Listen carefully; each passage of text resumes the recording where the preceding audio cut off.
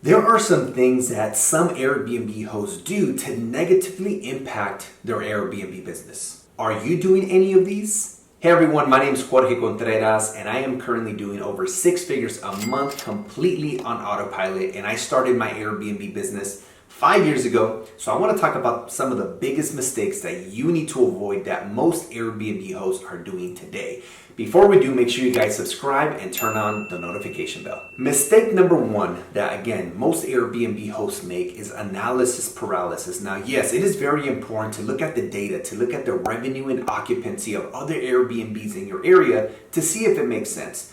But I've seen far too many people just completely overanalyze properties and just miss out on great opportunities. There is such a thing as analysis paralysis, where you want to know everything before you can do anything, and you just miss out on opportunities because you might find one reason why something could go wrong when maybe there's 8 or 9 reasons that something could go great, but you focus on that one negative reason and it outweighs all the outcomes. And maybe this is the opportunity that can help you create financial freedom and finally retire from your 9 to 5 early. So again, yes, you want to analyze properties, look at the performance, but you also don't want to overanalyze where you miss out on all these great opportunities right in front of you. The other reason is most people actually don't understand regulation. So what they do often is they go into a certain city because they like that city. Maybe they grew up there or they heard that vacation rentals are doing great. They either buy a property or rent a property to launch the Airbnb, and maybe halfway into the transaction or right after they sign a lease or maybe during escrow, they find out that they actually can't operate. Or maybe 6 months down the line, they find out that the city no longer is issuing permits. And so this is a huge mistake because you're going to waste all that time and energy and money into something that is going to be short-lived. So the number one thing you need to do is understand the regulation, guys. All you need to do is contact the local building department in that city and ask them what their short-term rental ordinance is, and they will tell you right over the phone. And you should do this before you contact any landlords or before you start submitting offers on any properties.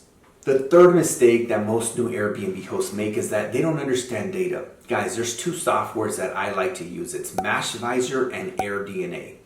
With MashVisor, we can look at the existing performance of Airbnbs anywhere in the US except Puerto Rico. We can look at the existing revenue and occupancy to determine if we could double or triple whatever our rent is going to be or whatever our mortgage payment is going to be. All we need to do is look at comparable properties in bedrooms, bathrooms, square footage, amenities, and location. And if we find that there are similar properties already making, say, $7,000 to $9,000 a month, and we're gonna have a rent or mortgage of $2,500 to $4,000 a month, then we know it's a no-brainer. But you gotta make sure you look at these softwares. AirDNA is great because instead of looking at the existing performance, they will give you projected revenue for any property. You can put in the address of the property you're looking to sublease or purchase, and they will tell you based on similar properties in the area what the projected annual revenue is. If you guys are enjoying the content, make sure you guys smash the like button, as it truly helps my YouTube channel.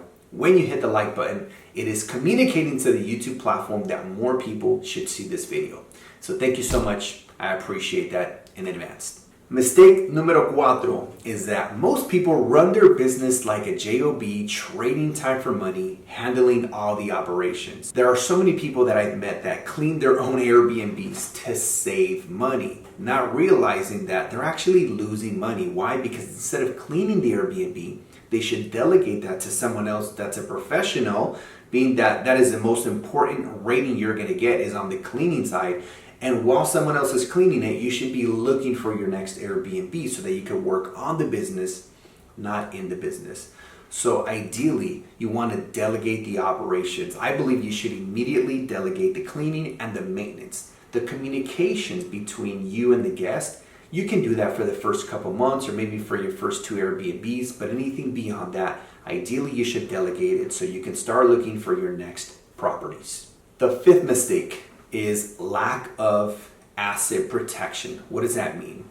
Well, if you are owning or subleasing properties under your own name, you are putting yourself at risk of liability because you can easily get sued. So even if you have some type of accident and someone's suing you, they can come after anything tied to your name or social security number. So ideally, you want to set up your Airbnbs, whether you own them or subleasing them, in an LLC, which stands for Limited Liability Company. It limits your liability and gives you asset protection.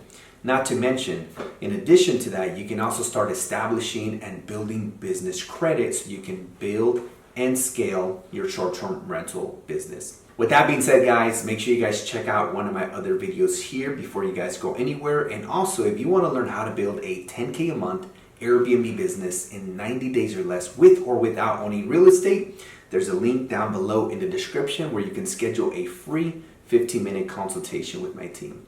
Thanks so much for watching. See you on the next one.